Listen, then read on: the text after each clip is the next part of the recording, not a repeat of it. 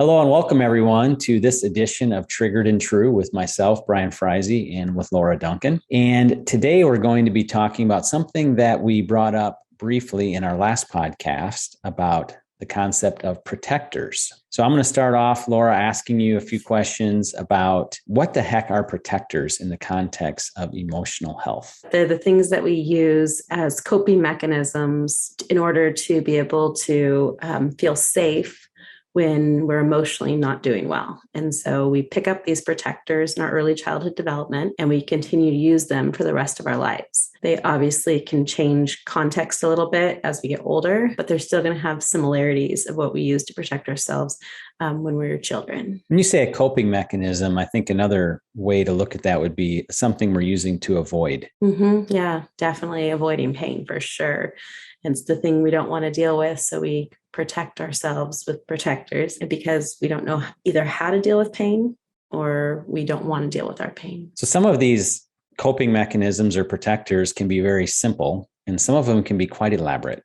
You want to just give some examples of what we're talking about here? I will just call them protectors instead of coping mechanisms, even though they have similarities between the two. They can get pretty elaborate, like you said, when we are avoiding our pain to such a degree that we put up a lot of things that are avoidant, like you said. I also look at it a little bit like covering up. You know, it's covering up who our true self. It's covering up who we are, because if we cover our pain, we're covering up ourselves. Some of the examples would be, I always think of mine, which is kind of an odd one because mine doesn't fall into the same category as a lot of people's, where my protector was a lot more people pleasing and being happy and being able to make other people happy. And that doesn't really seem like a protector because it just seems like a great thing, a great way to live, but it's definitely a protector. Well, I know one of the ones that you helped me see in myself was over responsibility. Yep. So that's a really popular one as well. So can you just give a little background on, you can even think of me and the example of your time working with me as how that came to be as a protector. A little background to it just in general is in our early childhood development, we're not meant to be responsible at young ages because our brains aren't developed enough to be able to take on responsibility. That's why children don't usually they don't have any responsibility, or they're not meant to have any responsibility. And yes, they're trained and taught how to do things, so they have a level of responsibility, but they're not the main person in charge. And so 0 to 12 years old, if you're put in a place of responsibility, or if you perceive you're in a place of responsibility, you do too much too soon, and it causes your brain to stay stuck because it hasn't developed in that area. So that over responsibility definitely keeps us from being able to be able to take care of the pain that's underneath the over responsibility.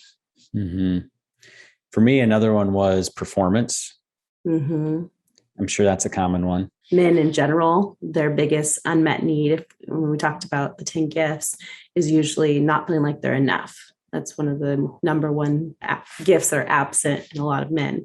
And so when you don't feel like you're enough, you have to overcompensate by performing in order to feel like you're enough. So you're really protecting the unmet need of not enough by performing. And I noticed that looks different in so many different settings, that need for performance and proving that I was enough when I was going through adolescence looked one way. And then when I got a little older and I guess could think more rationally and connected more with my faith and things like that, the problem is that performance was still with me. It just looked different. You know, maybe it was a PG version now instead of maybe an R-rated version in my adolescence. Yeah, no, definitely. That's why you're still using the exact same protector. It just morphs along the way. And unfortunately, as we think we get smarter as adults, because our brains develop more, we end up just using the same protector in a more creative way. I think that's why it gets more and more complex, is because we use that sophisticated brain, but we're still using our protectors simultaneously. And then a lot of times people end up thinking that they're good, that these protectors are actually serving us well. Right. That would be my PG protectors. It looks like a good, clean film. Yep, exactly. And people probably commend you for it and give you the pats on the back and the kudos for it. And so it makes you feel like you're doing a really good job and you don't even realize that it's a protector. similar to me being happy. You wouldn't think of that as a protector, but it definitely is.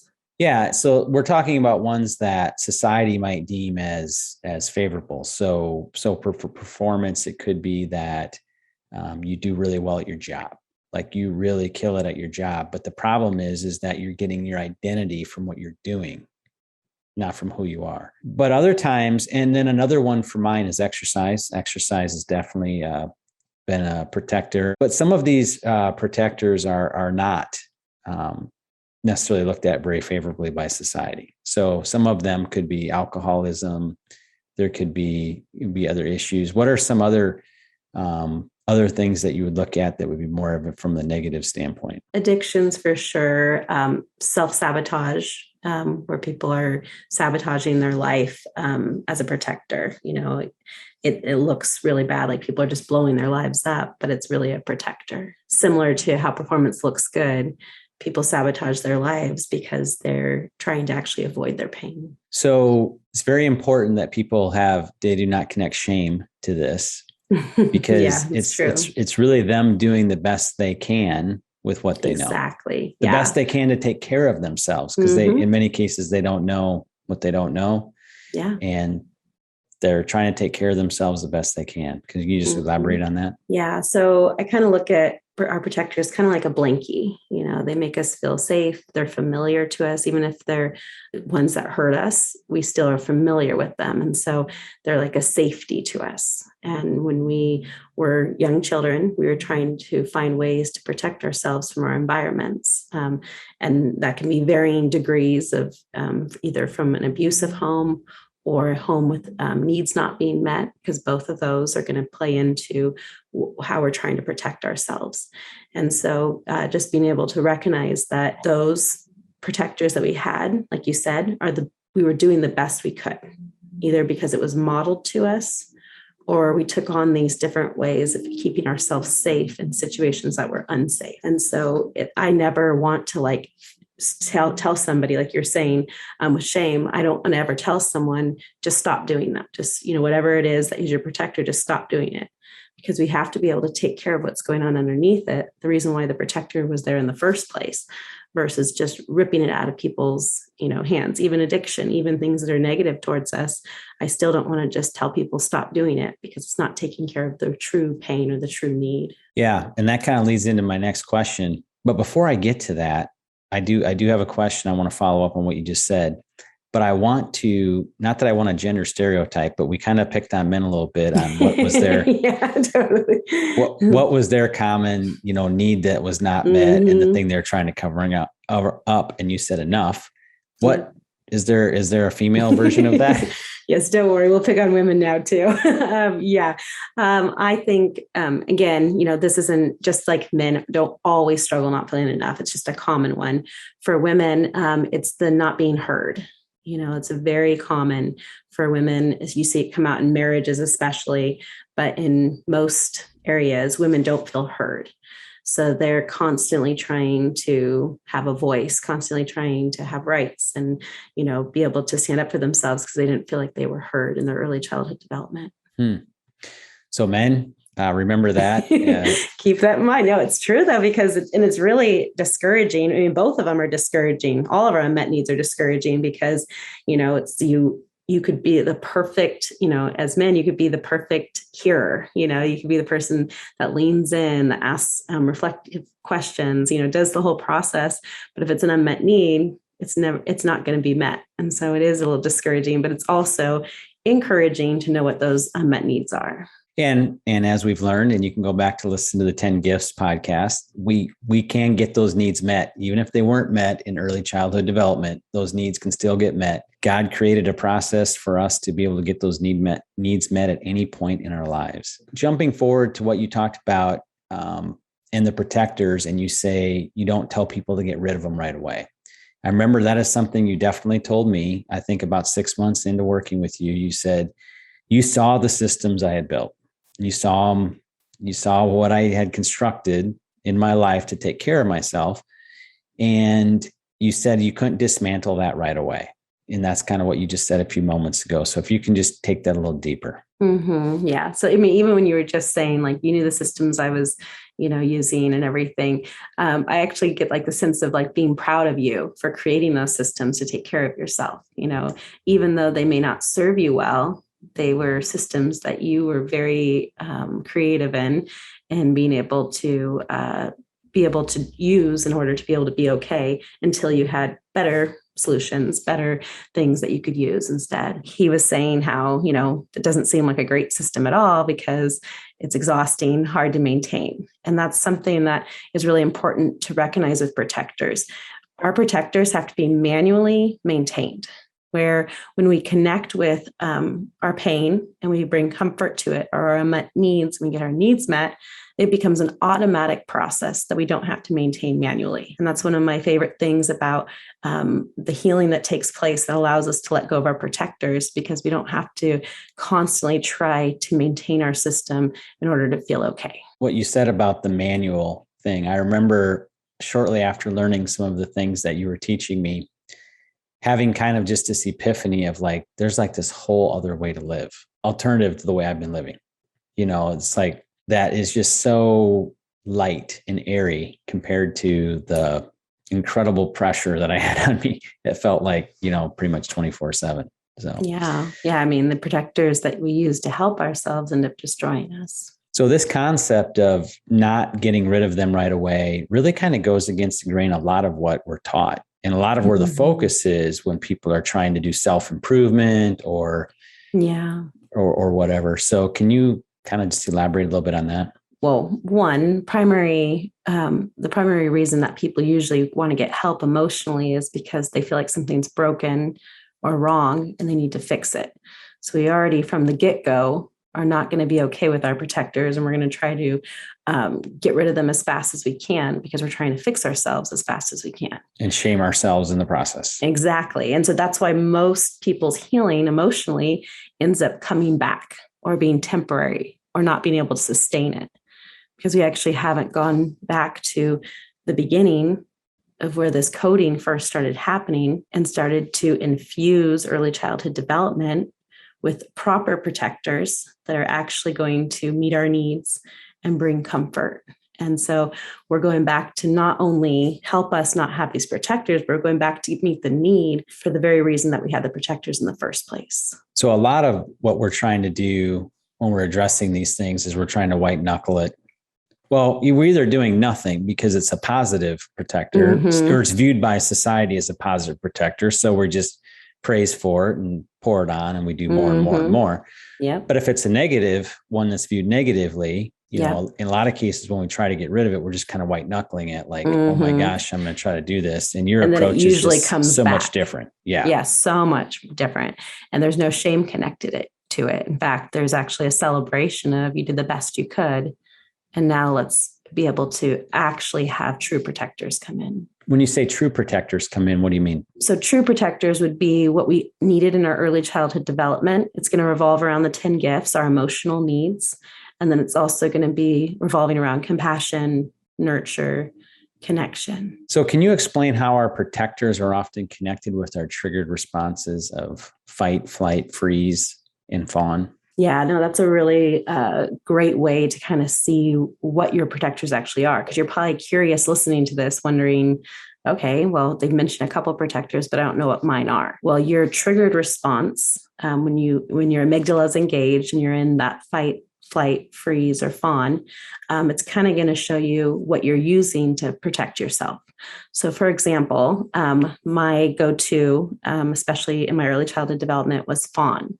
I wanted to make sure that my environment was happy, that my environment was okay. And so I'd fawn for my caregivers, for them to be able to ultimately, I was trying to meet their needs by being happy and helping and fawning so that they would be okay, so that they can meet my needs. And so with that comes trying to be happy, trying to bring comfort and compassion to people. Even what I do today did start out in some ways with trying to make my early childhood development environment okay.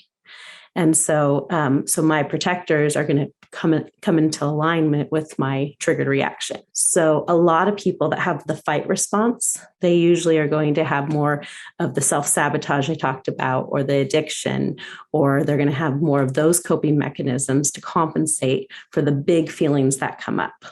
Your pain comes out in such a strong way that you need something strong in your external environment to be able to compensate for how big your feelings feel in those reaction moments when you're in fight. Flight, you'll see a lot of people, because it's avoidance. So you'll see a lot of avoiding protectors where you're, even like when you put things off. Procrastinate. Yes, yeah. But a lot of times when people do that, that's a protector that's keeping them safe, because their tendency is that is so weird to me, because that is like the antithesis to my protector. Procrastinate. I'm like, oh my God, no, I can't procrastinate. No, yeah, exactly. Like, I was the kid in college that looked at the syllabus and saw, oh, there's a paper due at the end of the year. I'm going to have that done by the middle of the semester. I am not going to be that person. Yep. And that made you feel safe to the same degree that someone that puts things off feels safe putting it off, because it makes it feel so big to look at that syllabus and see all the things due. So they just decide, I'm not going to do anything, which can also be connected to freeze as well.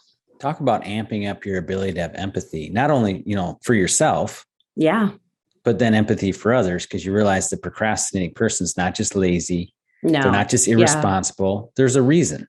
Mm-hmm, exactly. And there's some strong judgments and criticisms we can have towards people, not recognizing the internal world that's causing them to push off responsibility. It's the same exact thing as over responsibility. Is you're terrified, so you're going to be over responsible. They're terrified, so they're not going to be responsible at all. But they're kind of the flip side of the same coin. I still have dreams from college about a final exam that I missed studying for, that all of a sudden I found out about. Like I had this class that I didn't even know was on my schedule all year. And then there was a final and I hadn't. Oh my God. Isn't it wild how it haunts you? Yeah. Mm-hmm. And ironically, I have dreams. I was a server for years, and I have dreams that people are unhappy with me because it's the same. So I wasn't worried about my performance. I was worried about people being happy with me or not being happy with me. And that's the fawning, which is that's the fawn. Which is like doting over someone, right? Yeah. Would that be kind of the same way to describe that? It's doting over, but it's also seeing somebody unhappy and trying to make them happy, seeing someone angry and trying to stop the anger, seeing someone that doesn't have what they need. So I'm frantically trying to make sure the person has, that I'm serving in a restaurant, make sure they have all of their needs met. But I would do it to such a degree that I was really doing what I did with my mom and dad, because really, it's not that big of a deal if someone doesn't get something with their meal. But to me, it was life and death. It was the end of the world. I mean, I would go home after work and think about all the people that I either made happy or unhappy. And I would feel that really good feeling when I made someone happy. And then when I didn't, I'd feel that dread feeling. The shame high. Mm-hmm, the shame high where I finally made people happy so I could be okay inside.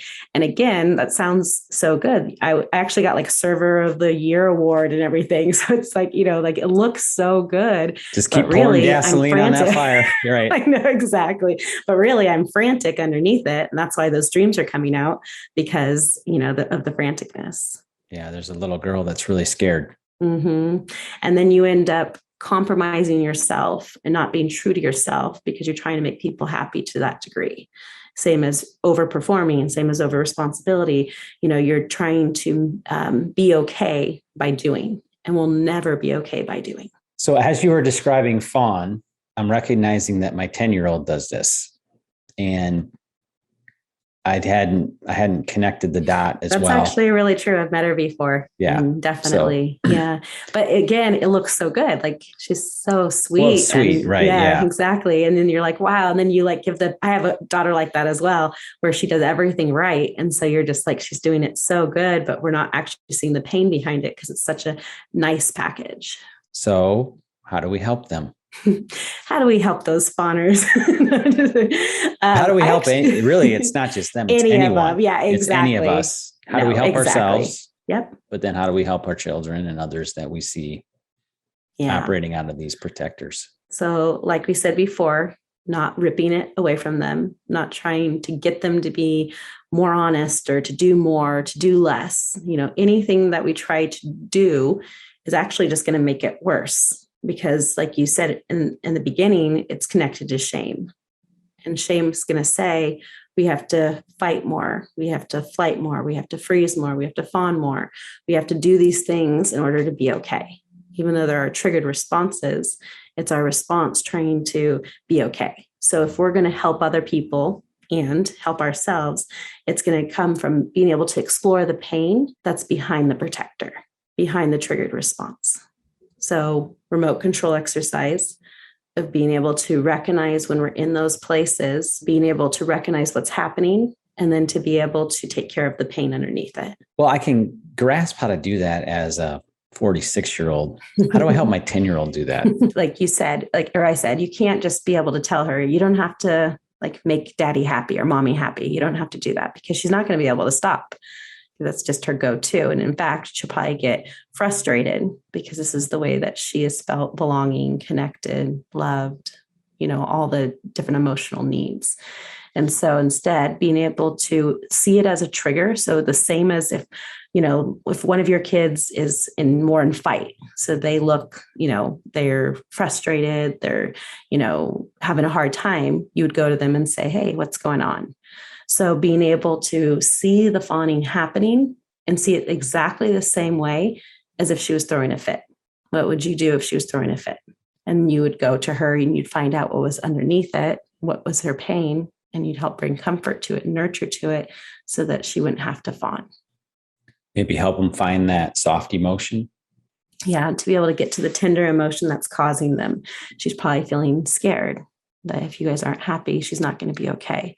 It's part of how she connects. And so being able to recognize that she's scared and bring comfort to that tender emotion. Yeah, I think sometimes I underestimate how I think, well, that's just too deep, or they're not going to understand that. But I think I underestimate how perceptive they are, because I know that they're a lot more into their right brain and a lot more connected to their emotions in a lot of cases than I am. So I can work with that. Yeah, you can learn a lot from it too, being able to recognize what's underneath it. And she, as a 10-year-old, can definitely communicate her pain. So instead of getting rid of them, if we're not going to be getting rid of our protectors, we've talked a little bit about it. You kind of hit on it, but what really then is the alternative? How do we ultimately get to a point where we don't need them anymore? So the more full we are, the less we need them. And so it's being able to go back to the 10 gifts and become more full, being able to do the remote control exercise to take care of our pain. And in those, we will naturally start letting them go because we won't have a need for them anymore. If you are recognizing a protector in your life that you want to focus on, like, for example, like if I'm recognizing my protector is people pleasing, then I'm going to really focus on that. And just like you're going to focus probably now on your daughter doing that, because now you're aware of it, it's the same type of thing. So every time I have a trigger to people please, I'm going to pause every single time. And I'm going to focus on that protector, again, not to get rid of it, but to recognize it's a trigger. We've talked about how we mentally, physically, and emotionally feel triggers. Well, we're going to be connecting to what that makes us feel. So, for example, if I recognize that I'm people pleasing, I'm not going to go to that person and try to get them to be okay. I'm going to come to my heart and work on my heart being okay and find out what's behind it. And usually it's scared, and being able to bring comfort to that scared. Yeah. For you, usually it's scared, but for others, it could be, they could be sad. They could feel lonely. There could be some other soft emotion that is touching on them. And the awareness is like the most important step, because without it, you can't go any further. Yeah. So exactly. Hopefully today's podcast just allows people to become aware.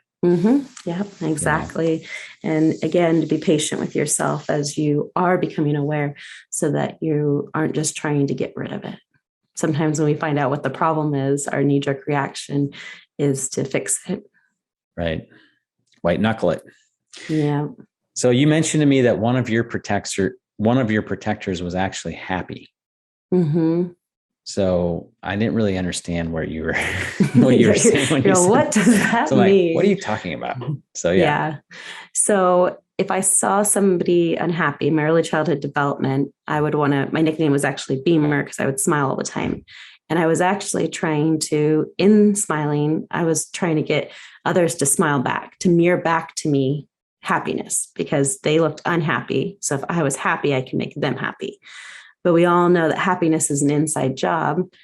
So even if I could get them to smile back, I was really, it was definitely a protector because it would give me a temporary feeling of okayness. If I smiled and they smiled back, I would get this relief of like, okay, we're all okay now. But if I smiled and they didn't smile back, it was just as terrifying because as their unhappiness, because I felt like I couldn't do anything to make my external environment okay. Even at very young ages, children are trying to make their external world, their home, okay. And it's way too much responsibility for any of us to do, whether we're being over responsibility in our actions or over responsible by trying to make other people happy. It's too much for us to do. one of the things when I spoke at a women's retreat that you spoke at with regards to protectors, I said something as I was preparing for it. There was something that really hit me regarding protectors. That was really, I almost felt mean saying it in a way, but yet I knew it was so true. And I said that if we're fortunate, the heat of life will overwhelm our protectors. Yeah. Yeah. I really liked how you said that because it's so true. But it doesn't feel very fortunate. No, it does not. It does not feel like the opportunity that it is. No. And really what I was trying to drive home is that this is finally your opportunity to take care of your heart, to give it what it really needs.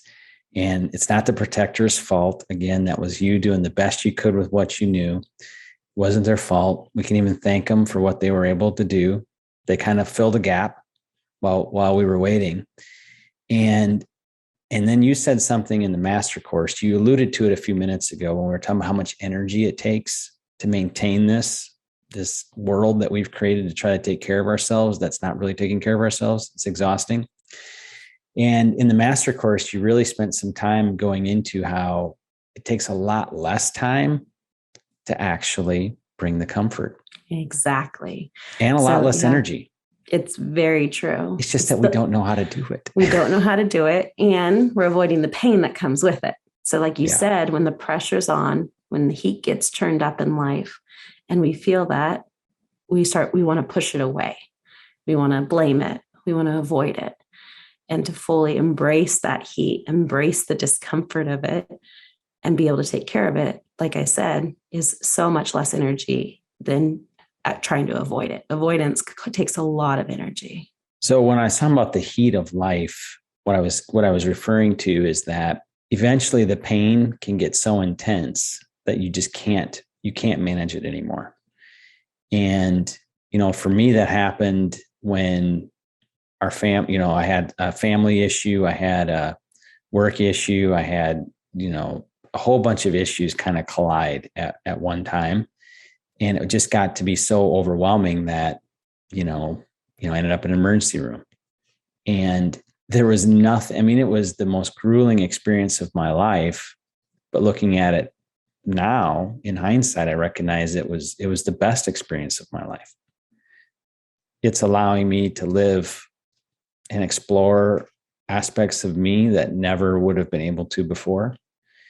And I almost feel bad for people that haven't had that experience. Mm-hmm. Yeah, definitely. I know, because it can look really, you can stay just like in like medium triggers for a lot of your life, never getting the opportunity to really go to the deeper parts of that pain. And we get so averse to pain, it really prevents us from living, because if we knew that pain could be comforted, so many of the things that prevent us from truly living, all the worrying, all the things we stress about, because let's face it, life on planet Earth is tough. There's loss, there's death, there's things that illness, sickness, things that are completely beyond what we're able to do. But because we just don't know that pain can actually be comforted, we're spending so much time trying to avoid it.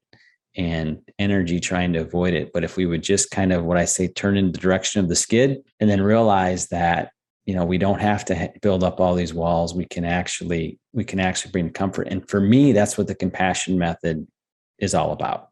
It's a process, and it's a proven process that allows you to go in deep and bring awareness that you're hurting, because in a lot of cases, people don't even know that they're hurting, but then also teaching you a way to bring that comfort so that you can ultimately discover. Yeah. And that's what a true protector is, because ultimately the protectors we're talking about today, they're not protecting you, they're protecting your pain. And the compassion method comes in and actually protects us and cares for us instead of just protecting our pain. Yeah. Yeah. It goes a lot deeper. I know. Actually, when you're talking, it's funny. I'm like getting a little bit excited because I recognized a couple triggers in myself, even while we're doing this podcast right now. And I'm like, so thankful. And it sounds funny because I am the creator of the compassion method. But I mean, it actually does make me excited. I'm like, we have the privilege and the opportunity to take care of our hearts in such a beautiful way that we don't have to stay stuck in the franticness. We don't have to stay stuck in those triggers, which is just amazing, because I spent a lot of my life, one, not even knowing I was triggered. And then if I was aware at all of being triggered, I didn't know what to do with it. And so I think that what you're saying is so true. And it's true for myself too. So to kind of wrap up our time today, I think one of the big things I would like people to take home is, number one, I hope this increases your awareness of some of the things that you do. And if there are things that are negative and there's a lot of shame connected to it, it's just, I want you to know that there's more to your story. And these things that you're not proud of, or other people belittle you about, or whatever, there's a reason why they're there. And that reason is an opportunity for you to go bring some comfort. And you don't have to focus on getting rid of it right away and all of that. That's really not the point. The point is bringing comfort to what's behind it. And that's going to be a process. It's not just going to be, oh, I listened to this podcast, I recognize what my protectors were, and all better. It's going to be a process. I've been doing this for years, and my protectors still come up sometimes especially when I get triggered. Just sometimes. See, sometimes. I might be a little bit more than sometimes, I'm not as far in the journey that means myself. You have more opportunity. I have more opportunities, Yeah, what really reminds me of this process is, you're never going to become perfect at it. But I was thinking that the name of, we're launching the master course, the Compassion Method Master Course. So depending on when you listen to this, it's either going to be launched very soon or it is launched, and you can go check that out. But I was thinking, okay, just because you're a master at something, I would say Laura is a master at the Compassion Method. She's teaching the master course. Of course, she's a master. Yeah. Doesn't mean you're perfect. No, not at all. I still get triggered. I still make mistakes. There's still areas in my life that I'm unaware of as well. I think most people would agree that Michael Jordan was a master and is still, even in his 50s, a master basketball player, but he missed over half of his shots. So, exactly. He was far from perfect.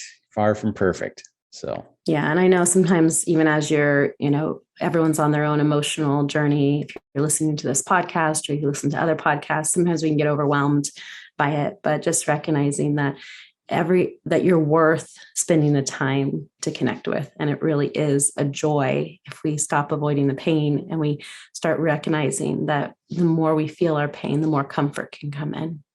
And yes, it's going to be for the rest of our lives that we're going to need to receive comfort, because for the rest of our lives, we're going to experience pain on this earth, whether it's what's happening to us or what we've done, we are going to continue to experience pain. But that's why we have comfort that can come in. So thank you everyone for joining us for this episode of Triggered and True. And to learn more, definitely look into the Compassion Method Master Course, which is a great opportunity for you to go a little deeper. We do little snippets during the podcast, and we hit some really great points, but the master course can definitely help you put it all together.